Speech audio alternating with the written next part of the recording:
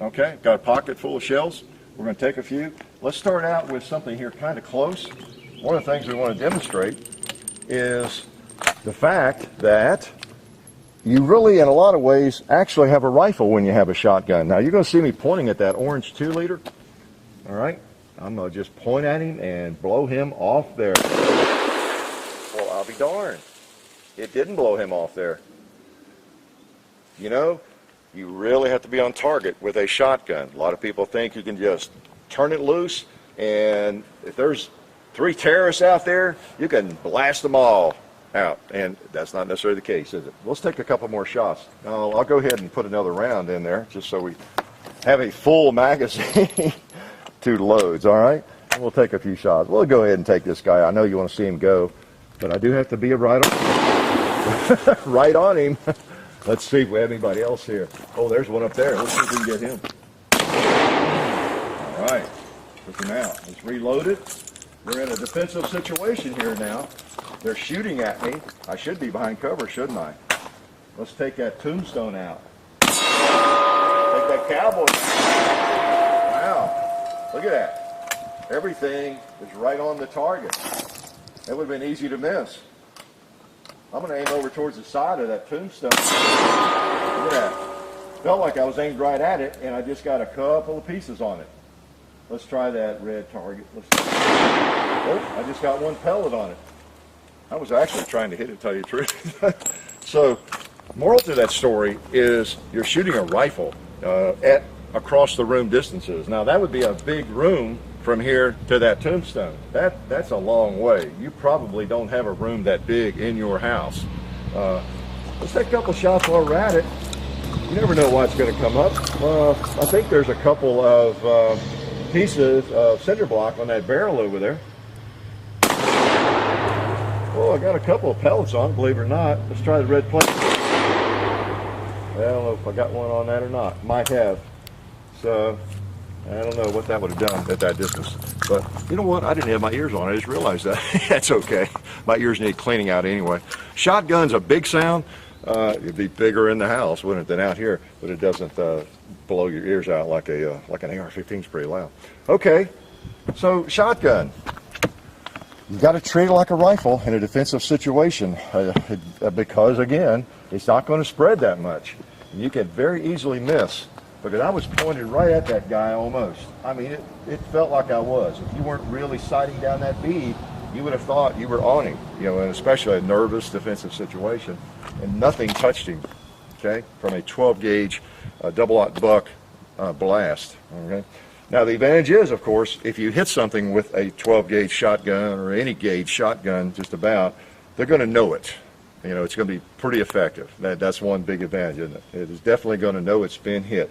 But, you know, loading fast, 2 shots with this type of gun, and maybe under stress, you know, and getting those in there and, you know, getting it ready to go again, dropping shells, I don't know, might not be as smooth as you would like, right? So, some advantages, some disadvantages. Let's look at the AR. A lot of people think it's an evil rifle that should not be owned, right?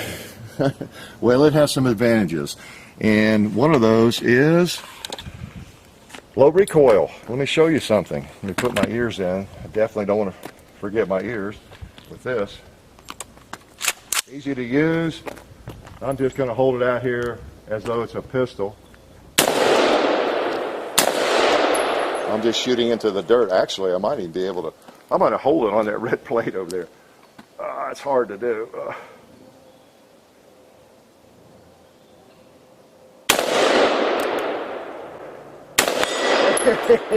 I got it. Hey, a new handgun. But anyway, you can see there's just basically no recoil essentially at all with a 223 and 5.56 and an AR-15. Very comfortable to shoot. And of course, if you have a standard capacity magazine that holds 30 rounds, you also are not fumbling with reloads. So you have the option of taking your shots. You never know what the situation is going to be. Home invaders tend to come in multiples, you know, and you might need to have more than a couple of rounds.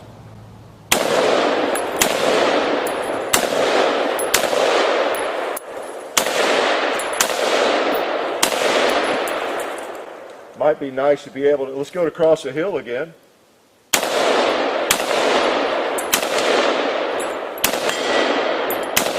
A little bit easier with two hands. With a gun like this,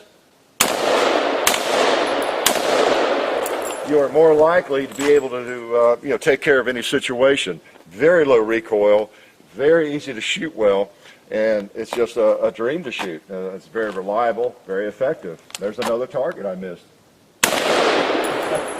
And maybe I'll even pick off that paint can there without damaging my target.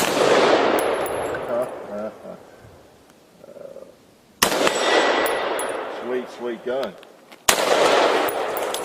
No problem. No problem to shoot well. And you notice I didn't even have to reload. If I did, and I had a magazine, of course, with me, I'm just sticking this in my pocket.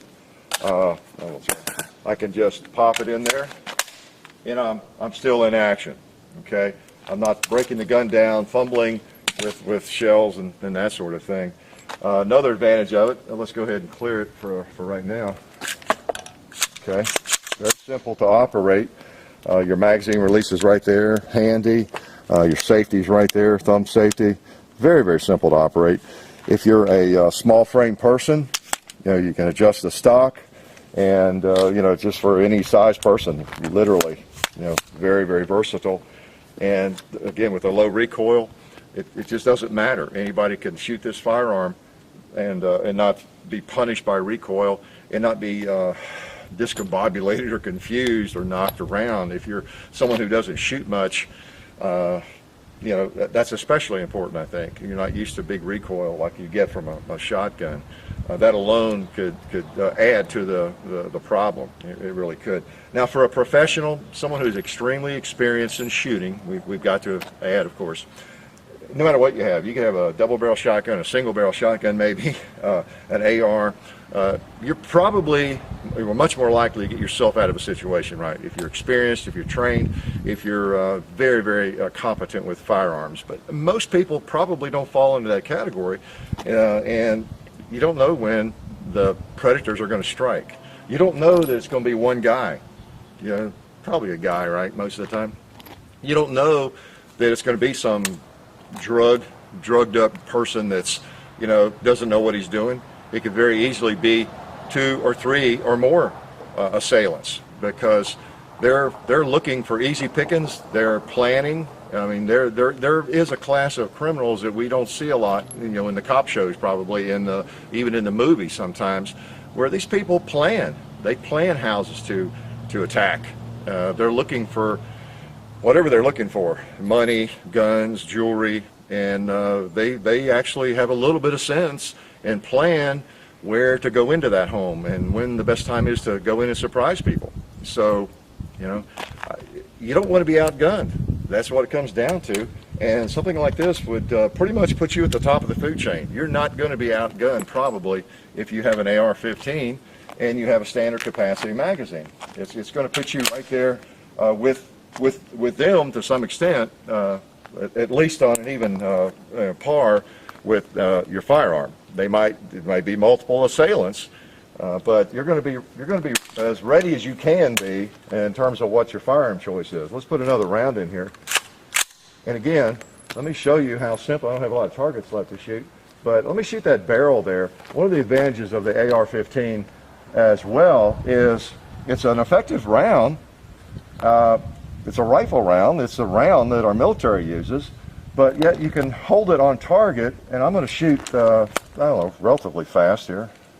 At the bottom of that barrel, maybe we can see holes. There's a clean area there that's not been shot. Just as an example.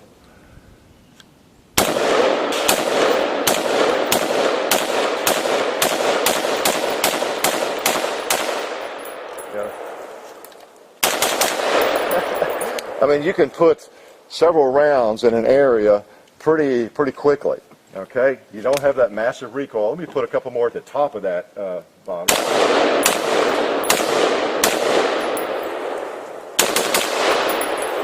Very, very easy to shoot well, and you notice it's not knocking me around. Very effective rifle.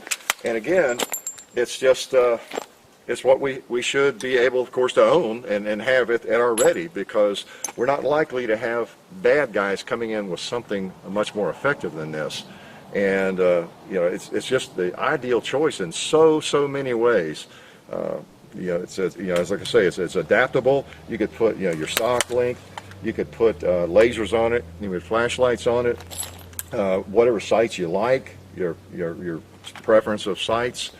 You can get them in different calibers even, of course. You may add a little bit to the recoil, but lots of different calibers available. So quite a difference. With a standard shotgun, especially a double barrel, you're probably not going to have something that's maybe as short as you want in the stock. And you're going to have a lot of recoil. You really are. And again, you essentially have a rifle. You essentially have a very powerful rifle. And you'd want to think of it, I'd like to think of it as shooting slugs. If I'm shooting across the room, that's basically what you're doing. You're shooting slugs, because you're going to get across the average room, especially, let's say you're 5 feet from the wall, 3 feet from the wall, whatever, and the bad guy is not part of the wall. You might just be shooting 10 feet away very easily, 3, 4, 5, 6 yards, and so you're talking maybe no spread, baseball. You're throwing baseballs basically, or smaller is what you're essentially doing. So big, powerful rifle. That's what it amounts to. Now, another advantage of this I didn't mention is that the .223 round is less likely in a lot of ways to go through a wall, sheetrock wall, because of the velocity, and the bullet just comes apart very, very, very quickly when it's going through sheetrock, and it just destroys itself and goes crazy because of the velocity. So that's something that you want to keep in mind. Because it's a military caliber rifle doesn't mean it's going to go through 49 walls, whereas even double-aught buck can go just right on through a lot of walls, and of course slug would maybe go on forever, right? So that's an interesting aspect of that.